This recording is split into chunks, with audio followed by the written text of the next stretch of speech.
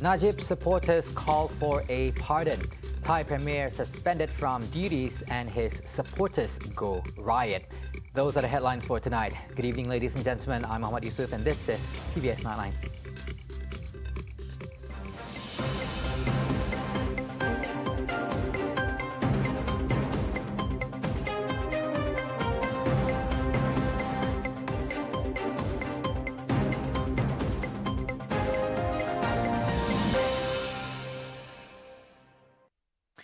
We begin with our top story. Supporters of former Prime Minister Datuk Seri Najib Tun Razak delivered a memorandum to the National Palace on Wednesday to call for a pardon for the recently jailed former Premier. A court had upheld his prior guilty conviction on charges related to a multi-billion-dollar corruption scandal at State Fund 1 Malaysia Development Berhad or 1MDB, sentencing him to 12 years jail and a 210 million ringgit fine. Kepada baginda yang di-Pertuan Agong. Yang pertama, pengampunan diraja serta merta ke atas yang berhormat Datuk Seri Najib bin Tun Haji Abdul Razak. Itu yang pertama. Yang kedua, kami mohon menitah Ketua Peguam Negara, Ketua Pesuruhjaya Pencegah Rasuah Malaysia Tan Sri Azam Baki dan Pengarah Pesuruhjaya Pencegahan Pengubahan Wang Haram AMLA SPRM untuk menghadap baginda yang di-Pertuan Agong mengenai bukti kes konflik of interest Yang Arif Hakim Nazlan Ghazali. Some supporters described the trial as hurried and said Najib was not presented with an opportunity to defend himself after the court had earlier rejected an effort by Najib to forestall the final verdict by requesting the removal of the Chief Justice from the panel. Nak Datuk Seri Najib dibebaskan sebab tidak ada keadilan bagi kita. Sebab Datuk Najib tidak boleh membela diri dia. Kenapa semua yang kita nak bawa masuk bukti yang baru kenapa tidak diterima? Kenapa sepatutnya tarikh akhir 26 hari bulan, tetapi kenapa semalam dipercepatkan tarikh tersebut? Kita memang tak puas hati. Datuk Najib memang tak boleh nak bela diri dia. The federal court ruling caps the stunning downfall of Najib, who until 4 years ago governed Malaysia with an iron grip and suppressed local investigations of the 1MDB scandal that has implicated financial institutions and high-ranking officials worldwide. The verdict on Datuk Seri Najib Tun Razak's case is seen as transparent with little to no interference by any administrative bodies. In Malaysia, there are 3 administrative bodies, which are the legislative, executive and judiciary bodies. Therefore, the Deputy Dean and Senior Lecturer of UNIMAS's Faculty of Social Sciences and Humanities, Dr. Arnold Puyo, advises the people to respect the verdict reached by the panel of esteemed judges who took the hot seat and have successfully maintained a strong judiciary system.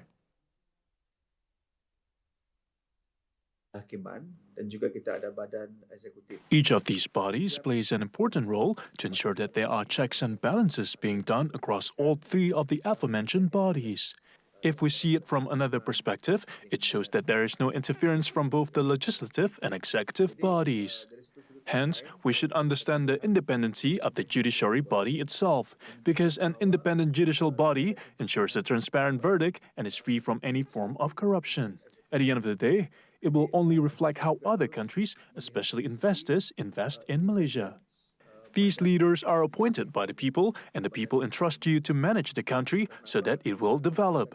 If there is any misuse of power or misappropriation of public funds, the leader has to bear the responsibility. And if there are violations of the law, it is only right for the judicial body to take action. If the case is not brought to the court, investors and Malaysians themselves will no longer have any trust in any ruling party. A strong, just and firm judicial body is one of the most important elements in gaining the confidence of international investors, thus ensuring a long-term revenue for the country. At the same time, Dr. Arnold also elaborated on the importance of a leader's role in championing the people's aspirations to develop the country. These leaders are appointed by the people, and the people entrust you to manage the country so that it will develop. If there is any misuse of power or misappropriation of public funds, the leader has to bear the responsibility. And if there are violations of the law, it is only right for the judicial body to take action. If the case is not brought to the court, investors and Malaysians themselves will no longer have any trust in any ruling party. On to our next update. Thailand's Constitutional Court on Wednesday, August 24th, suspended Prime Minister Prayuth Chan-o-cha from official duties, pending the result of a legal review of his 8-year term limit. The court announced its decision in a statement sent to media. However, it was not clear whether it would deliver a final ruling on the petition brought by the main opposition party, arguing that Prayuth's time spent as head of a military junta should count toward his constitutionally stipulated 8-year term. The petition, signed by more than 170 members of the House of Representatives, seeks the court's interpretation of Section 158 of the 2017 Constitution, which states the Prime Minister shall not hold office for more than 8 years in total, whether or not consecutively. The interpretation by the 9-judge court will determine if Prayuth has breached the maximum term in his role as Premier and if he is eligible for re-election to the post in the next general election expected early next year. Meanwhile, a government official confirmed earlier in the week that the Deputy Prime Minister Prawit Wongsuwan, 77, a former army chief and longtime political kingmaker, will be expected to take over as interim leader. Former Army Chief Prayuth took power in 2014 when he led a coup to overthrow an elected government. He became a civilian prime minister in 2019 after an election held under a military-drafted constitution. Now, nearly 100 pro-democracy protesters at Central Bangkok's Democracy Monument on Wednesday welcomed the Constitution Court's decision to suspend Prime Minister Prayuth Chan-o-cha from duty, but says more needs to be done. Though Prayuth could be restored to his position when the court makes its ruling, the surprise suspension threw Thai politics into confusion. ไม่พอใจค่ะ เพราะว่าลำพังนายกประยุทธ์เนี่ยปล้นอำนาจผู้หญิงมา แล้วก็เป็นนายกจากการทำรัฐประหารมาค่ะ ซึ่งมันไม่ได้มาจากอำนาจประชาชนจริงๆ ก็พอใจอันดับหนึ่งนะ พอใจระดับหนึ่งพูดง่ายๆ แต่สมควรจะไปทั้งคณะ คือยุบสภาเลือกตั้งกันใหม่ซะใช่ไหมครับ เพราะว่าคุณประยุทธ์คุณประวิตรรักษาการใช่ไหมแล้วเลือกตั้งก็มีเวลาแค่45วันหรือ3เดือนก็ได้ใช่ไหมครับก็สรรหานายกคนที่ดีกว่านี้มาเถอะประเทศไทยคนเยอะมากไม่ใช่เก่งกันอยู่แค่ Prayuth has 15 days to respond, the court told media in a statement, adding that a panel of judges ruled 5-4 in favor of his suspension starting from Wednesday.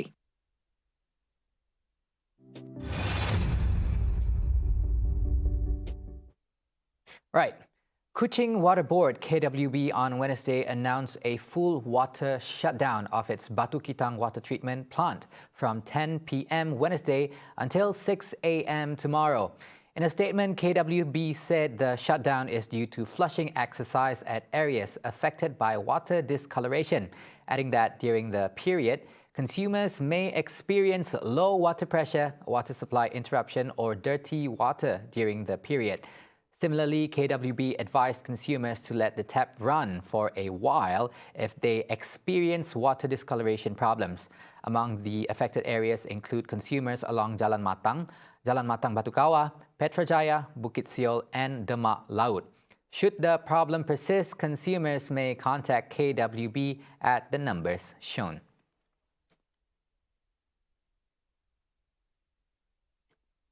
Pusaka Furniture Industrial Complex, or Pusaka, is keen on exploring new grounds for bamboo-based products through its Bamboo Bicycle project. Its general manager, Dato' Hashim Bojet, said it aims to export bamboo bicycles to foreign markets by January next year. Dan alhamdulillah ke-15 anggota kita sudah mahir untuk mengeluarkan basikal buluh kita.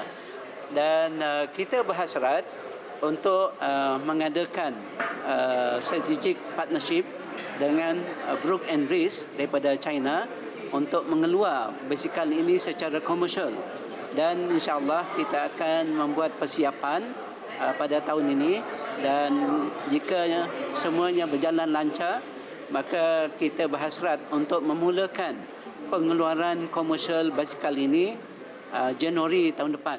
Thus far, Pusaka has produced 4 bamboo bicycle prototypes made with Sarawak bamboo in collaboration with Brook and Breeze Company from China.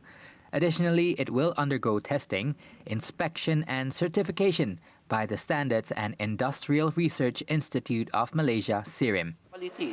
Dan kita juga akan bekerjasama dengan pihak SIRIM untuk mengeluarkan sijil kompetensi untuk basikal yang akan kita keluarkan. So apabila kita sudah mendapat sijil kompetensi ini daripada pihak SIRIM, dan barulah kita dapat mengeluarkan basikal ini untuk dipasarkan di dalam negeri ataupun di luar negara. Jadi saya melihat potensi basikal buluh ini sangat besar, dan kita berhasrat untuk memperluaskan know-how ini untuk membina basikal buluh, dan kita akan melaksanakan program latihan membina basikal buluh dengan pihak komuniti di seluruh negeri Sarawak untuk menggunakan buluh tempatan bagi pengeluaran basikal buluh kita. Made entirely of bamboo, the eco bicycle retails between $1,000 to $3,000 in the export market. Hashim noted that currently, Vietnam is the main exporter of bamboo bicycles in Europe, adding that Sarawak is hoping to emulate its success. The eco bamboo bikes are currently on display at the Pusaka complex in Kota Samarahan from today. Now, a one-off 500 ringgit financial assistance was given to 66 boat operators operating at Bako Ferry Terminal under the Bantuan Khas Sarawak Kusayang 8.0. The handout today was presented by State Transport Minister Datuk Sri Lee Kim Shin. Our reporter Diana Jayasilan was present at the event earlier today. I'm now at Bako Passenger Terminal, where the one-off financial assistance to 66 penambang or small boat owners is held. Part of the BKSS 8.0 program, and ceremony was presented by the Minister of Transportation, Datuk Sri Lee Kim Shin, together with Deputy Minister of Transportation, Datuk Henry Jerry Jinep, and Dun Member of the Mat Laut, Dr. Hazlan Abang Hipni. As stated under BKSS 8.0, there are 7 measures introduced by the Sarawak government to assist Sarawakian during the Phase 4 National Recovery Plan, and within Measure 6 is 500 ringgit one-off financial assistance is to be given to each penambang registered with Sarawak River Board as a way to lighten the financial burden of this penambang, and hopefully will be able to benefit them in some way, as this involves an expenditure of 99,500 ringgit for 199 penambang registered with Sarawak River Board. In this regard, all relevant parties, especially the riverine transport operators, are urged to give full support to the government as a way to curb the spread of COVID-19 in the interest of all Sarawakian.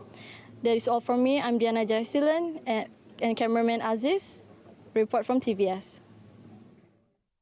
Members of the media should always look after one another, especially when one is facing difficulties. Dato' Abdullah Saidul wants this to be inculcated among media practitioners in Sarawak. The Deputy Minister in the Premier's Office for Corporate Affairs and UKAS paid a visit to Jonathan Bullett's residence, a former media photographer who suffered a stroke.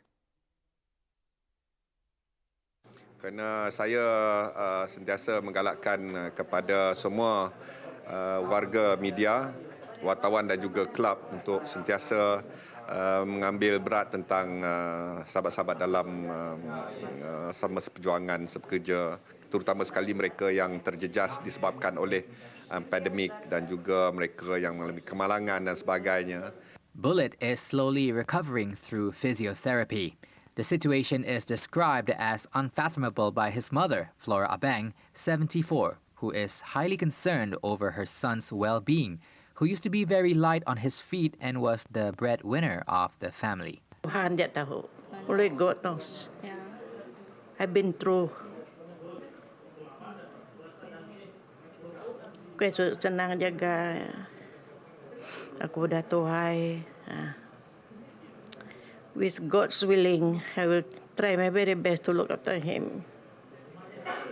Yeah, through my prayer. Dari berdoa selalu minta ya gerainya mai boleh berjalan boleh nyaga rempo. I won't be around long. I'm 74 now. Tua sudah. Kalau sehat ada siapa? Still okay. Yeah. My grandma also as strong as Hopefully I will still be around with this few years more so that I can look after him. Currently, Flora relies on her pensions and contributions from her other children to nurse Bullet. During the visit, relief assistances was handed over by journalist organizations, including Kuching Division Journalists Association KDJA, Sarawak Press Photographer Association SPPA, and Sarawak Public Communications Unit UKAS. Coming up right after the break, a recap on today's discussion on the viability of performing arts. But first, Datuk Sri Najib Razak gets no VIP treatment while in custody. Right here on TVS Nightline. Stay tuned.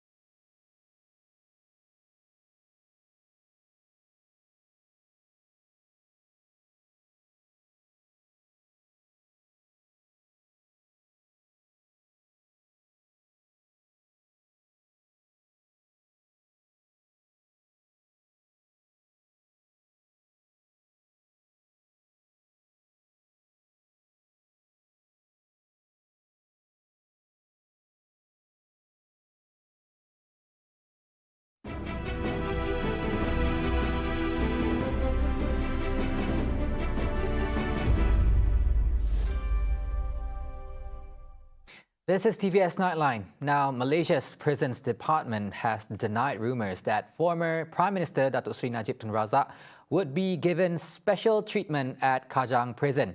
In a Facebook post on Wednesday, August 24th, the department posted a photo that went viral showing Najib's supposed spacious jail cell with a TV, shelves, 3 beds and a table.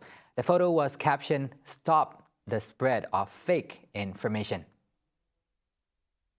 On Tuesday, the federal court upheld the conviction and sentences of 12 years imprisonment and 210 million ringgit fine against Najib, who was found guilty of embezzling 42 million ringgit in funds belonging to SRC International Sdn Bhd.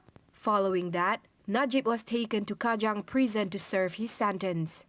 Social media has since been flooded with comments from netizens who sympathize with the plight of the former Prime Minister, as well as the possibility of him receiving special treatment in prison. Malaysia is keen to learn more about cannabis from Thailand, especially about its evidence-based applications and cannabis-related pharmaceutical products for medical purposes.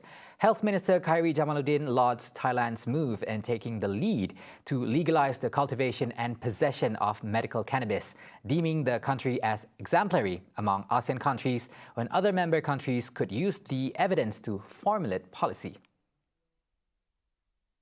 The health minister told reporters at a joint press conference on a 4-day working visit in Thailand at the invitation of Thailand's Deputy Prime Minister Anutin Charnvirakul. Khairi visited the government pharmaceutical organization where he was briefed on the medical cannabis policy in Thailand, including the practices, cultivation methods, research and the usage of cannabis and ketum for health purposes. He noted that the cultivation of cannabis also provides a new source of income for farmers and people. When asked whether Malaysia plans to legalize cannabis for medical purposes, Khairi said the matter should be based on clinical evidence. Previously, on June 9, 2022, Thailand became the first Southeast Asian country to legalize the cultivation and possession of medical cannabis.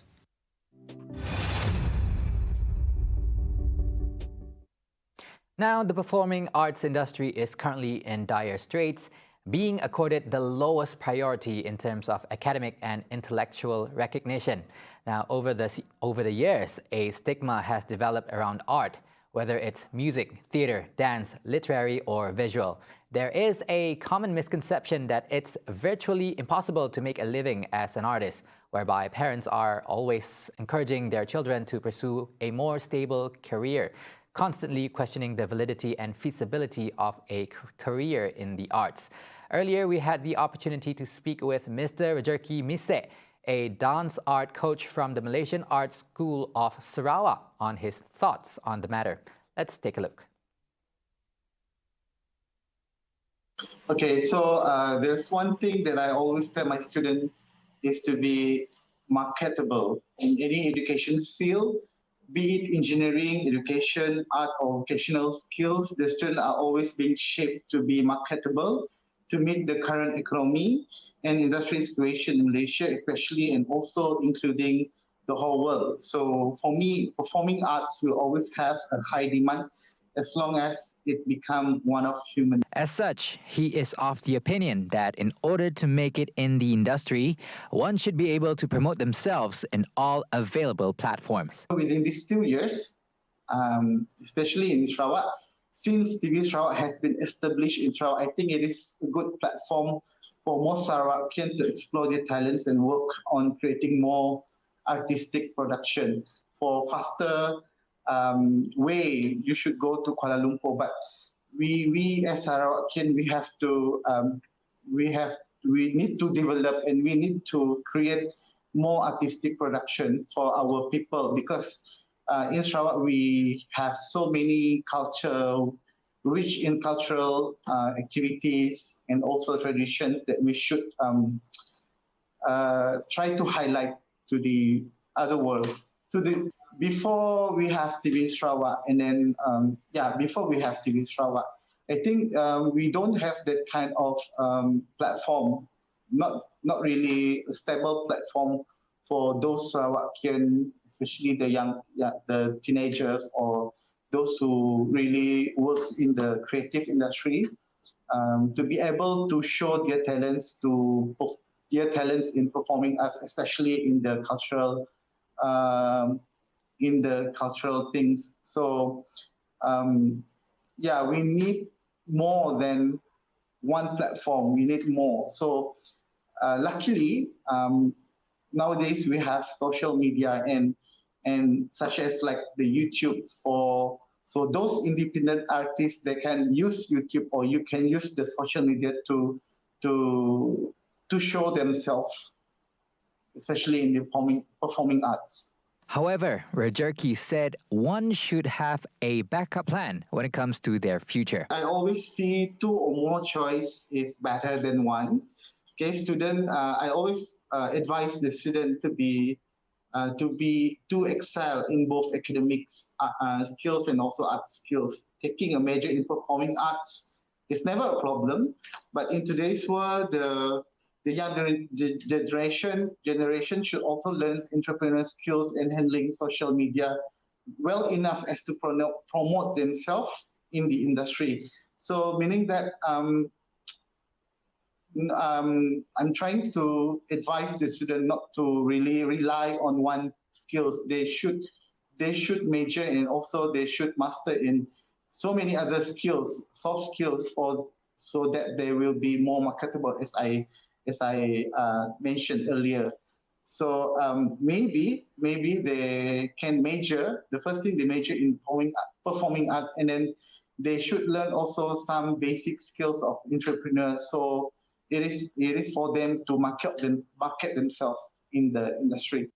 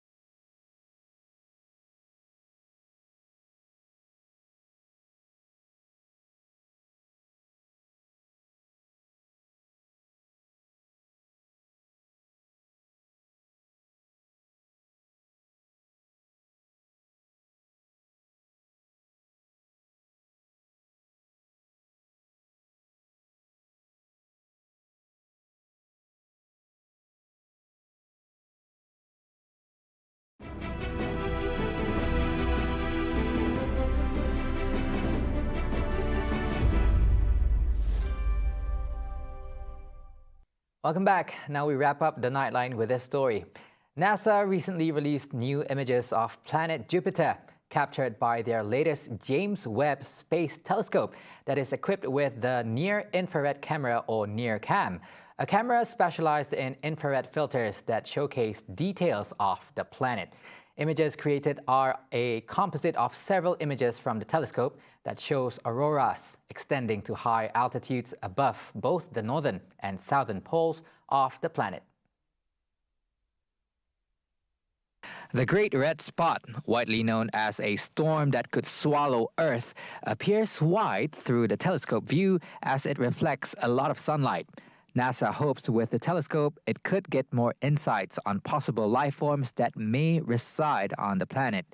Also visible are Jupiter's faint rings and its two moons, known as Amalthea and Adrastea. These data will be an integral part of the study on Jupiter's dynamics and chemistry, as well as its rings and satellite system. The James Webb Space Telescope, on the other hand, has been in the works for nearly 2 decades, with a value of $9 billion. The telescope was launched in December 2021 and reached its destination in solar orbit nearly 1 million miles from Earth a month after. A festival that you don't want to miss. Pesta Benar is back this year in Sri Aman, where surfers all gather around to surf their heart out. Joint Deputy Minister of Education, Innovation and Talent Management, Datuk Francis Harden Hollis, and Deputy Resident Elvis did it, where they will fill us more about the anticipated event. Plus, they'll be joined by Datuk Abdullah Saidol on the launching of the state-level National Month. On Sejahtera Asia with hosts Gas Zawawi and Wan Alif. 7:45 a.m. only on TVS, Astro Channel 122 and My Freeview. That's all the time we have for TVS Nightline. Once again, I'm Muhammad Yusuf. Thank you for watching and good night.